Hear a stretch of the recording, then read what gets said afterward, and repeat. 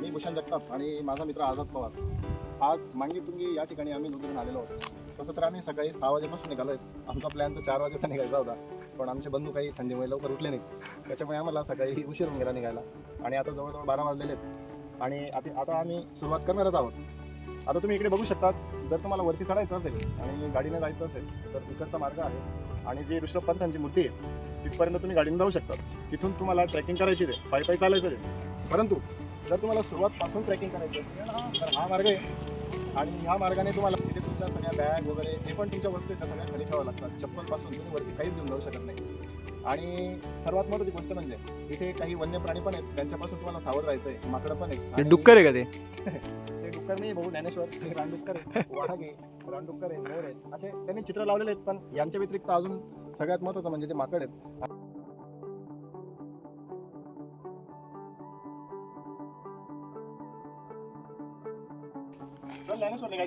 हो चलो.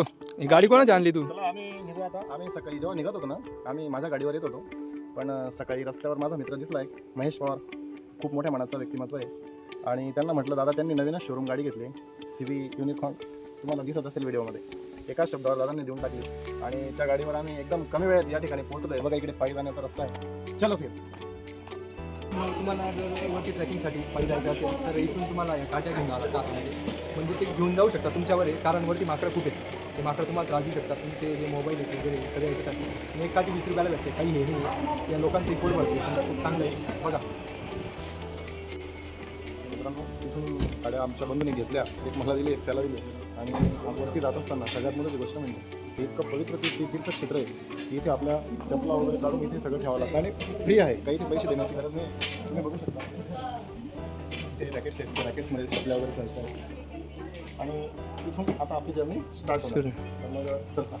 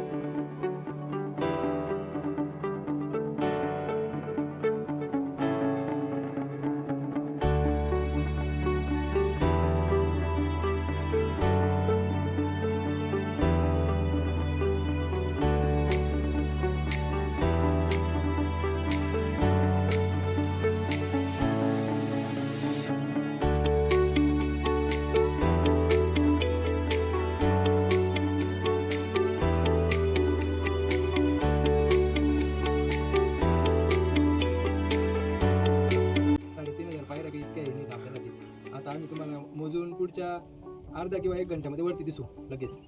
मी पण सांगतो तुम्हाला. आमच्यासोबत तुम्ही पण व्हिडिओच्या माध्यमातून आनंद घ्या. तुम्ही पण म्हणजे आमच्यासोबत एक प्रकारे चढताय बाई मागणी, तुम्ही सैर करताय एक प्रकारे असं समजा. तुम्ही दाखवतो पुढचं काय आहे. नमस्कार मित्रांनो, 200 ते 250 पायऱ्या झालेल्या आहेत आता आणि उन्हामुळे अवघड काम आहे. आता तुम्ही बघू शकतात इतका छान पद्धतीने रस्ता बनवला आहे, तरी लोक ते कुरकुऱ्याचे पाकिटं खाऊन इथं फेकून देतात. तरी येऊ देत नाही बरं. म्हणजे हे बघा इथे बघा, तुम्ही बघू शकता म्हणजे तरी वरती येऊ देत नाही, काहीतरी काहीच खायला आणू शकत नाही तुम्ही. वरती बॅग खालीच आहे, सगळं खाली आहे. तुम्हाला खालून काहीच आणून देऊ शकत नाही, तरी लोक खिशात जातो ना कसं घालून. नमस्कार मित्रांनो, आम्ही ट्रॅक करत असताना आमचा एक छोटासा मित्र गणपती बाप्पासारखा दिसतोय तो आम्हाला भेटला. आमचे लाईट लागून गेले चढण्यासाठी. आता तुम्ही बघू शकता त्याला खूप दम भरून गेलेला आहे आणि तो म्हणतोय की मला तुमच्या ब्लॉगमध्ये 2 शब्द माझे व्यक्त करायचे, तर तुम्हाला सांगेल. कसं वाटतं मित्र तुला? चांगलं वाटतं. हो. कुठे भेटतो सर? सांग. खाली. कोण देतं? आजी. किती रुपयाला देते? 20 रुपयाला. काय सांगशील आमच्या जे व्हिडिओ बघणार आहेत त्यांना, काय सांगशील? यायचं की नाही यायचं? या. हां, या. खरंच? हां. कितीला जातो तू? मी 5वी. आता रात्री छान झोप लागेल मग. हो. हां, खरं ना? हो. गिरगाव इथंच चालेल. आहे. किती कोणत्या गावाचं आहे तू? बिरगाव. बिरगाव. ओके.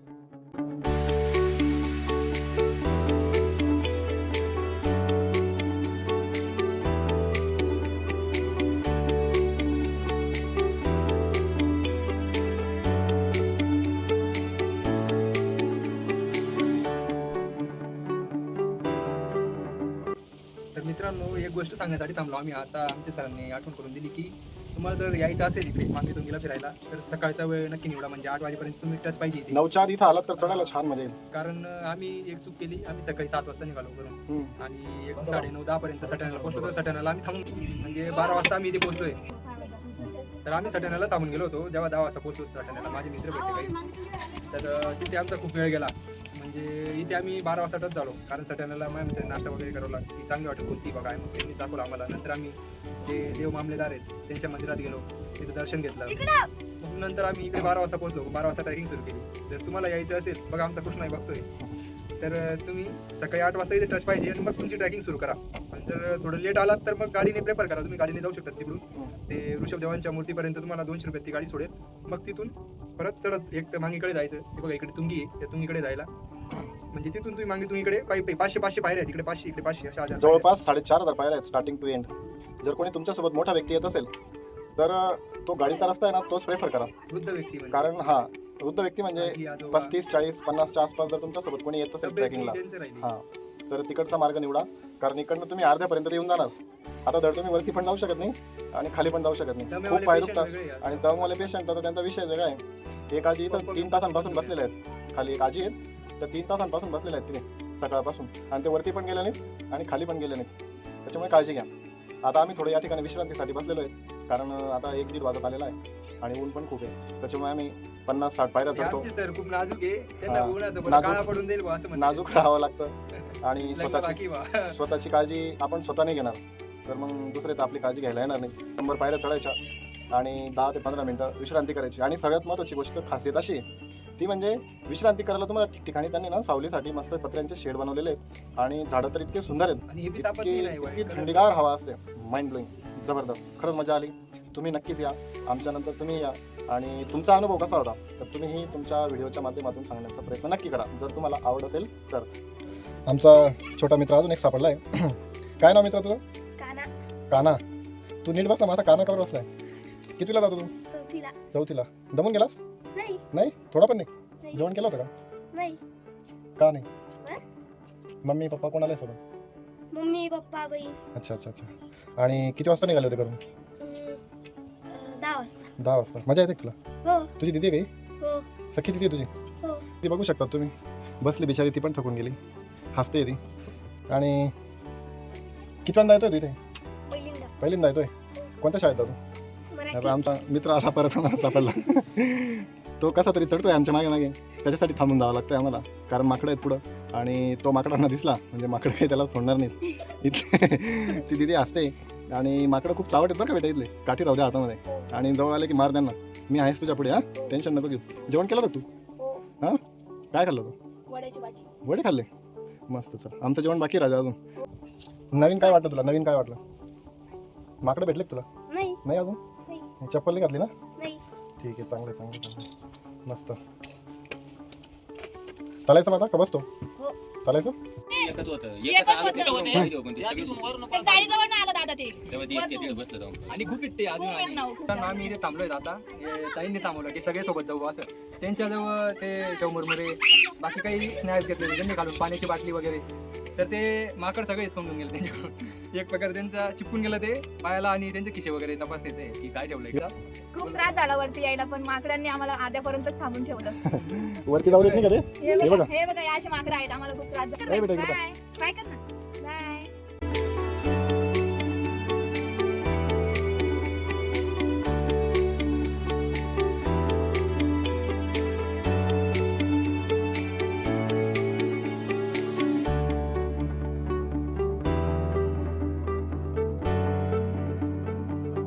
जैन धर्माचे पहिले तीर्थंकार होते. 24 तीर्थंकार झाले, त्यांच्यामध्ये पहिले तीर्थंकार हे आहेत ऋषभदेवजी आणि 24वे भगवान महावीरजी.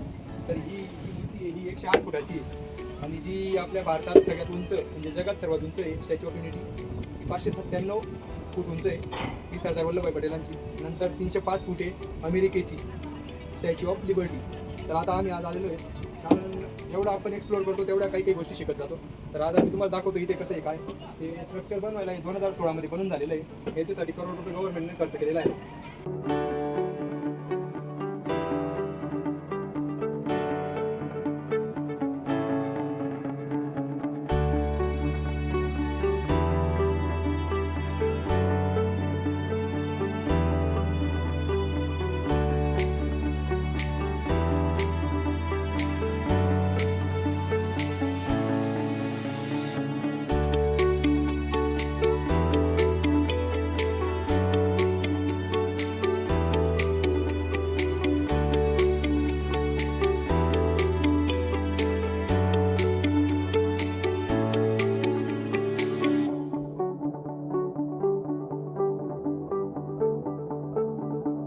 काहीतरी हे झालं असं वाटतं ना, तर 2 ठिकाणी नक्की जायचं. एक म्हणजे निसर्गाच्या सानिध्यात आणि दुसरं म्हणजे आपल्या बनारसचे जे घाट आहेत ना तिथं.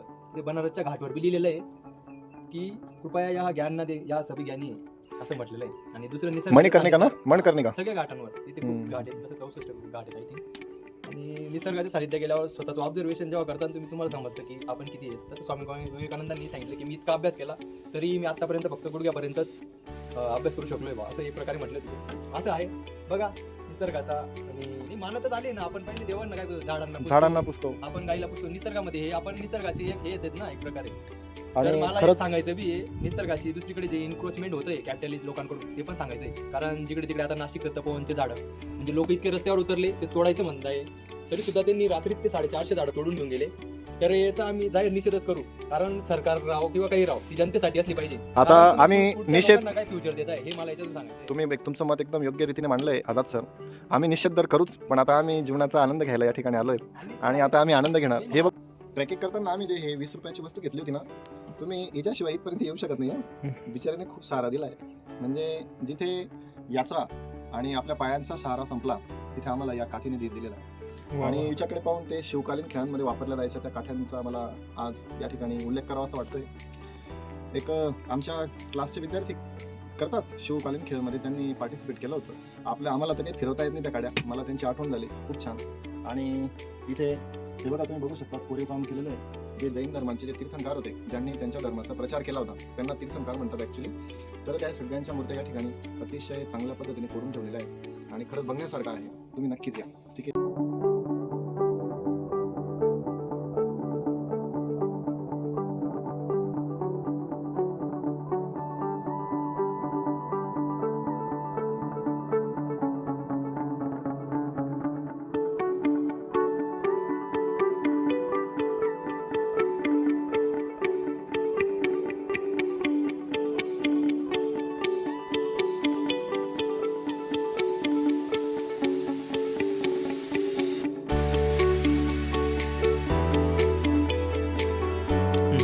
नमस्कार. माझे मित्र आम्ही खूप दिवसांपासून आमचा विचार चालला होता की जाऊ म्हटलं फिरायला आणि स्पॉट आम्ही चूज केलेला होता आधीच मागे तुम्ही. पण काही कारणास्तव बऱ्याच गोष्टीमध्ये येत गेल्या, काही जबाबदाऱ्या पण असतात, त्या निमित्ताने काही आपल्याला बाहेर पडता येत नाही. पोस्ट पण होत गेला आमचं आणि आज फायनली आम्ही या ठिकाणी आलोत. आणि मित्रांनो इथे येऊन जे समाधान भेटतंय ना, जी शांतता भेटते ती बाहेरच्या दुनियेत नाही मित्रांनो. या गजबजमध्ये या वातावरणामध्ये तुम्ही इतरत्र जे समाधान शोधतायत. आणि मित्रांनो सगळ्यात महत्त्वाची गोष्ट अशी असते आपण जे काही करतो आयुष्यामध्ये ते सगळं कशासाठी करत असतो. आपण आयुष्यात सुखी असलं पाहिजे आणि कुठेतरी मनाला एक समाधान भेटलं पाहिजे. त्यासाठी आपली सगळी धडपड चालू आहे आणि ती धडपड आपण बाहेर शोधत असतो पण ती निसर्गामध्ये आहे. हे आम्हाला आज या ठिकाणी चांगल्या पद्धतीने समजलेलं आहे. आणि दुसरी महत्त्वाची गोष्ट, पैसा, संपत्ती, प्रतिष्ठा ज्या काही गोष्टी असतील त्या सगळ्या एका बाजूला आणि निसर्गाच्या सानिध्यात येऊन जे समाधान भेटतं ते एका बाजूला. तर ते समाधान प्रत्येक व्यक्तीने प्रत्येक मनुष्याने अनुभवलं पाहिजे. कुठल्या तरी एका शायरने फार छान पोहे म्हटलेला आहे की सैर कर दुनिया की काफिर ये जिंदगानी फिर कहा, जिंदगानी अगर रह भी गई तो ये नौजवानी फिर कहा, ये नौजवानी फिर कहा. तर ही जवानी आहे तर आपल्या सारख्या तरुण विद्यार्थ्यांनी या ठिकाणी यायला पाहिजे. आणि पण ज्याचा त्याचा दृष्टिकोन असतो. आम्हाला फिरण्याची आवड आहे, आम्हाला ट्रेकिंग करायची आवड आहे म्हणून आम्हाला छान वाटतं. तुम्हाला कुठल्या गोष्टींमध्ये आनंद भेटतो ते तुमच्यावर डिपेंड करतं. आम्हाला या अशा गोष्टींमध्ये आनंद भेटतो. तर हा इकडचा मांगी बुरुज पूर्णपणे त्याची परिक्रमा करून खाली उतरलेलो आहे. आणि आता इकडे हा जो तुम्हाला दिसतोय रस्ता, इकडे आता तुंगी बुरुज आहे. आणि आमच्यासोबत जर्नीमध्ये जे मित्र आम्हाला भेटले होते ते आता इथपर्यंत आहेत आमच्यासोबत. ते म्हणतात की आता आम्ही खाली जातो कारण त्यांना दुसरे पण कामं आहेत. आम्ही काय अमेरिका माणसं आणि आम्ही आता तिकडे तुंगी बुरुजाकडे जाणार आहेत. तर मग त्यांच्यामुळे हां तिकडे समोर एक दावल मालिक म्हणून बाबा आहेत तिथे जाणार आहेत ते. आणि आमच्यासोबत ते खालून इथपर्यंत इतक्या आनंदाने आणि छान पद्धतीने फॅमिलीसारखं आलो आम्ही एकदम सोबत. खूप मजा आली आणि हसत खेळत आमचा प्रवास कुठे निघून गेला अजिबात कळालेलं नाही. तर मग त्यांचा एक्सपिरियन्स आपण घेऊ. काय वाटलं त्यांना आमच्यासोबत फिरून किंवा कसं वाटलं तर सांगा बिंदास. आम्हाला खूप आनंद वाटला. पण आम्हाला वर येण्याची कुठल्याही प्रकारची अशी गॅरंटी वाटत नव्हती. पण आम्ही पोहोचलो. हे भाव मिळाले रस्त्यामध्ये त्यांच्या मदतीने आम्ही इथपर्यंत पोहोचलो. पण आम्ही अर्ध्यातच प्रवास संपवला. पोहोचलेलो अशा ठिकाणावर तिथून तिकडे जाणार बघा मांगी जाणार रस्ता आहे. इकडे हा तुंगी जाणार रस्ता आहे. तिथून तुम्हाला 2 भाग होता तुम्ही मागे जाऊ शकता तिथे तुंगी. आणि दुसऱ्या मुद्द्यावर इथे यायचं होतं तर वरती चढत असताना तुम्हाला चप्पल बूट वगैरे घालून जाऊ शकत नाही कारण हे पवित्र स्थळ आहे त्याच्यामध्ये वरती खाली जातो. तर त्याच्यामध्ये तुम्ही कारण असे बघा असे खडे हे टोकदार खडे आहेत. हे मसला त्या पायाला, तर या खड्यांपासून सावध राहा. म्हणजे एक प्रकारे सॉक घालून यावा, त्याच्याने तरी तुम्हाला तेवढा सपोर्ट भेटेल पायांना, नाही तर पूर्ण सोलून जातं पाय नाही सॉक्सची राहिले हे प्रकारे.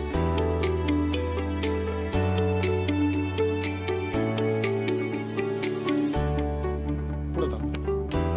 मित्रांनो, हा बघा इकडे तुंगी बुरुज आहे, जबरदस्तीने. आणि आता संध्याकाळची वेळ आहे, त्याच्यामुळे इतकं वातावरण फ्रेश आणि इतकं सुखमय आहे की आता कसं सांगू तुम्हाला शब्दामध्ये. आणि आपला आझाद तर मग बापरे, बिचारा नुसता पळतोय पुढे पुढे. हा बघा ट्रॅक इतका सुंदर आहे.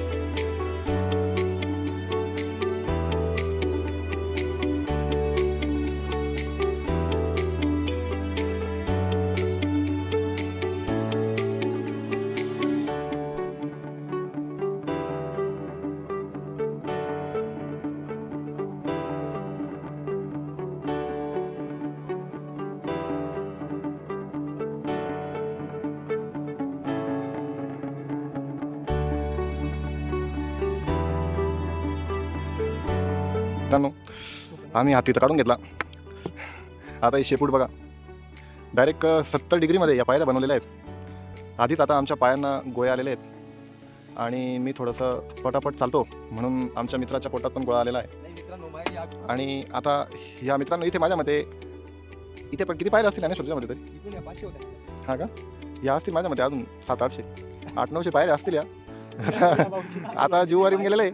पण जो संध्याकाळची वेळ आहे ना मित्रांनो, खरंच एकदम ते एक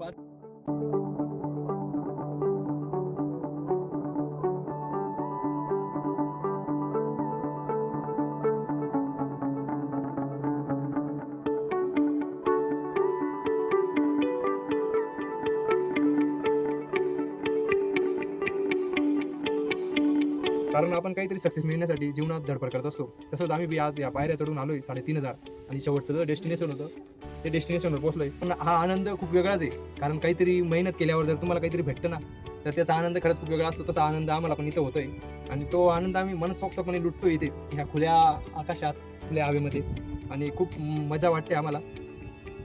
आता आमचे जगताप सरचे आहेत माझ्यासोबत आलेले, आम्ही मित्र सारखेच राहतो. कारण आम्ही साऊथलाही गेलो होतो फिरायला, त्यांच्याकडून काही गोष्टी खूप शिकण्यासारख्या बी आहेत आणि त्यांच्याकडून शिकतही राहतो आम्ही. म्हणजे एकमेकांना देवाणघेवाण चालू राहते, तसं चालू राहतं.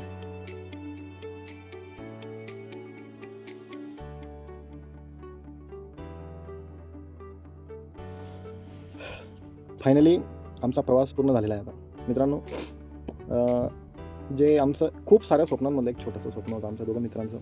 माझं खास करून वैयक्तिक मांगीतुंगीला यायचं. मी माझ्या क्लासची ट्रिप पण आणणार होतो, पण मी आधीच विचार केला की शक्य नाही म्हटलं मुलांकडून चालणं. आणि खरंच शक्य नाही आहे, कारण खूप त्रास होतो. आणि आमच्यासोबत खूप सारे लोक होते, 4-5 लोक आम्हाला भेटले, आम्ही जुळलो आणि हसत खेळत मजा मस्ती करत आम्ही म्हणजे 50 पायऱ्या चाललो की 10 मिनटं थांबायचो, 50 पायऱ्या चाललो की 10 मिनटं थांबायचो, असा आमचा प्रवास. सकाळी आम्ही 12 वाजता सुरू केलं आणि आता वाजता आहेत किती राहिले ना शो? 5. आता वाजता आहेत तुमचे 5. 12 ते 5 आम्ही पूर्णपणे ट्रॅक केलेला आहे. पूर्ण मांगी आणि तुंगी दोघांना आम्ही प्रदक्षिणा घालून आमचा जो आनंद होता तो आम्हाला फायनली प्राप्त झालेला आहे. आणि आम्ही या ठिकाणी थोडंसं शांततेत बसून मेडिटेशन पण केलं आणि खरंच खूप मजा आली. पुन्हा भविष्यात कधी या ठिकाणी येण्याची आम्हाला संधी मिळाली किंवा आम्ही प्लॅन केला तर नक्कीच येऊ.